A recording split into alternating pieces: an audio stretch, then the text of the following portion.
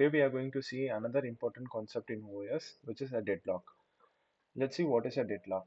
A situation where the process has been permanently blocked because the one resource is actually waiting for the process to run, which is held by another process. So this is a process which is waiting for each other resources, which has been the shared resources waiting for that one particular process. Example, process 1 holds a resource and waits for R2, means they're waiting for another resource. Process P2 holds a resource of R2 and waits for an R1. So the no process can continue because they're waiting on each other. So deadlock can be arrived only in the four conditions are true. The first one is mutual exclusion. Only one process can use a resource at a time.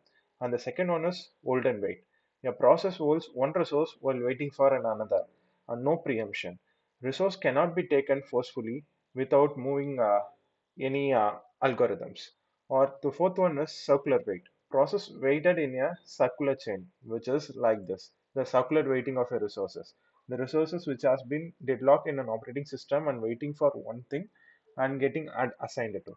Why deadlock is a problem?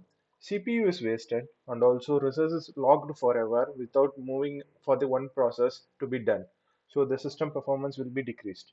How we can handle this particular deadlock in operating system? So we have several prevention and avoidance method and also the detection and recovery method. Let's see one by one. The deadlock prevention, which breaks at least one deadlock condition, and also the deadlock avoidance, allocate a resource safely. For example, the bankers algorithm, which will like cache distributing in the bankers, and also deadlock detection and recovery, which detects the cycle and recover the system to distribute the resource among all the process which is required. So this is all about the deadlock.